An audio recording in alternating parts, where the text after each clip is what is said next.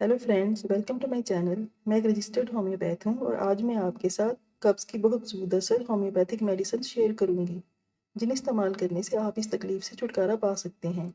तो शुरू करने से पहले मेरे चैनल को सब्सक्राइब कर लें और बेल आइकॉन को प्रेस कर लें ताकि मेरी आने वाली तमाम वीडियोज़ के नोटिफिकेशंस आपको टाइमली मिल जाएँ। कब्ज़ उस वक्त होती है जब हमारी अंतड़ियों की हरकत कम होती है और पखाना मुश्किल से खारिज होता है। ये हमारी खुराक या रोज़ाना की रूटीन में तब्दीली की वजह से होता है या मुनासिब मिकदार में फ़ाइबर हमारी खुराक में शामिल ना होने की वजह से होता है। अगर बहुत ज़्यादा तकलीफ़ हो, पखाना के साथ खून आए और कब्ज़ 3 हफ्तों से ज़्यादा रहे तो इसका इलाज बहुत ज़रूरी होता है। इस वीडियो में कब्ज़ की वजूहात और इसके इलाज के बारे में बताया है। हर उम्र के लोग कब्ज़ में मुब्तला हो सकते हैं। कुछ हालात और वजूहात ऐसी हैं जिनकी वजह से कब्ज़ हो जाती है। सबसे पहले इसकी वजूहात के बारे में जानते हैं। बूढ़े लोग कम एक्टिव होते हैं, उनका निज़ाम हाज़मा स्लो होता है। उनके डाइजेस्टिव सिस्टम के मसल्स जवानी की निस्बत कम हरकत करते हैं, इस वजह से उन्हें कब्ज़ का सामना रहता है। औरतों में हमल के दौरान और बच्चे की पैदाइश के बाद हार्मोन्स की तब्दीली की वजह से कब्ज़ होती है। मुनासिब मिकदार में फ़ाइबर वाली खुराक ना खाने से कब्ज़ होती है। ज़्यादा फ़ाइबर वाली खुराक निज़ाम हाज़मा में खुराक की हरकत को मुनासिब रखती है और कब्ज़ नहीं होने देती। कुछ मेडिसिन्स का ज़्यादा अरसे तक इस्तेमाल करना कब्ज़ का बायस बनता है। रोज़ाना की रूटीन में तब्दीली, मसलन लंबा सफ़र करना, खाने और सोने के टाइम में तब्दीली भी कब्ज़ पैदा करती है। मुनासिब वर्जिश ना करना और कम चलना फिरना भी कब्ज़ पैदा करता है। बहुत ज़्यादा दूध पीना और पनीर खाना भी कब्ज़ की वजह है। जब बहाना करने की हाजत हो उस वक़्त किसी और काम में मसरूफ़ रहने से भी कब्ज़ हो जाती है। अब मैं आपको कब्ज़ की बहुत इफ़ेक्टिव होम्योपैथिक मेडिसिन्स बताती हूँ।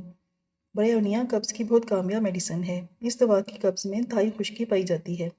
तमाम डाइजेस्टिव सिस्टम यानी मुंह से लेकर पखाने वाली नाली तक तमाम रास्ता खुश्क होता है और इस खुश्की की वजह से पखाना नहीं आता, और अगर आता है तो बहुत ज़्यादा खुश्क, सख्त और रंगत इस तरह जैसे जला हुआ हो।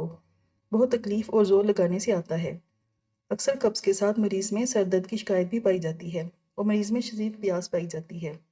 बायोनिया 30 दिन में 3 बार 5 कतरे फ़ी खुराक आधे कप पानी में डालकर कुछ अर्सा तक इस्तेमाल करने से आप इस तरह की कब्ज़ से छुटकारा पा लेंगे।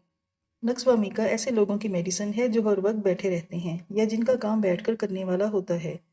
ये लोग मुर्गन खाने और हैवी खाने खाने के बाद बैठे रहते हैं और अक्सर कब्ज़ का शिकार हो जाते हैं क्योंकि कम चलने फिरने की वजह से उनकी अंतड़ियों की मूवमेंट कम होती है। इस तरह की कब्ज़ में पहाने की हाजत तो बार बार होती है, लेकिन पहाना खुलकर नहीं आता और पहाना करने के बाद भी पेट साफ नहीं होता। रात को सोने से पहले 30 पोटेंसी में 5 कतरों की एक खुराक लेने से अगले दिन पखाना खुलकर आता है। कुछ हफ्तों तक दिन में 3 बार दवा इस्तेमाल करने से ना सिर्फ कब्ज़ बल्कि मैदे के दूसरे मसाइल भी ठीक हो जाते हैं। ओपियम कॉन्स्टिपेशन की बहुत ही इफ़ेक्टिव मेडिसिन है। पेशेंट को हफ्ता हफ्ता भर पखाना करने की हाजत ही नहीं होती और ना ही पेट में कोई दर्द वगैरह महसूस होता है। अक्सर मरीज़ को अनीमा वगैरह देने से ही पखाना खारिज होता है, जो स्याह, खुश्क और सख्त गोलियों की शक्ल में होता है।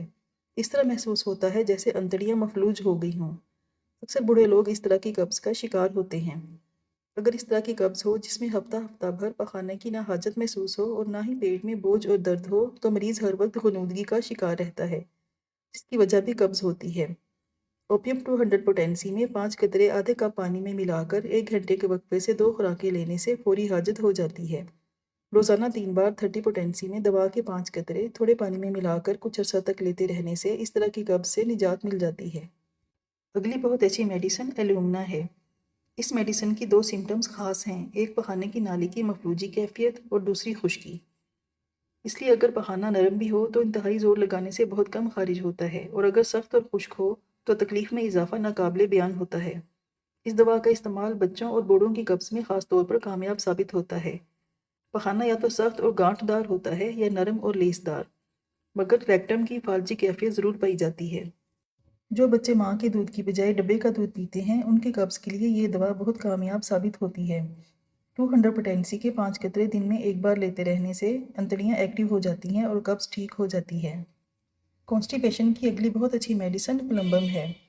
इस मेडिसिन के कॉन्स्टिपेशन की खास सिम्टम खिंचाव है, जो रेक्टम यानी बहाने वाली जगह और पेट में होता है। रेक्टम ऊपर की तरफ खिंची महसूस होती है और पेट अंदर की तरफ खिंचता महसूस होता है। पखाना छोटी छोटी सख्त स्याही माइल गोलियों की शक्ल में होता है। पेट के खिंचाव के साथ पेट का दर्द भी अक्सर पाया जाता है।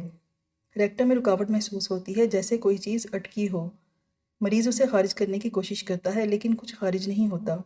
प्लम्बम 200 पोटेंसी के 5 कतरों की एक खुराक रोज़ाना इस्तेमाल करने से ऐसी कैफियत और कब्ज़ ठीक हो जाती है।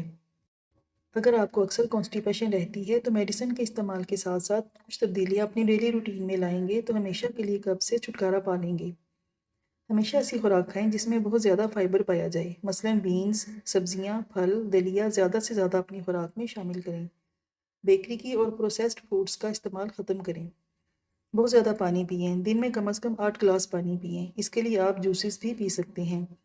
हमेशा एक्टिव रहें, रोज़ाना वॉक या एक्सरसाइज करने को अपनी आदत बनाएं। जब आप स्टूल पास करने की हाजत महसूस करें, उसको टालने की बजाय फौरी वॉशरूम में जाएं। लंबे अरसे तक बहुत सख्त किस्म की डाइटिंग करने को अवॉइड करें। मुझे उम्मीद है कि आपको मेरी इस वीडियो से अपनी कॉन्स्टिपेशन ठीक करने में बहुत मदद मिलेगी।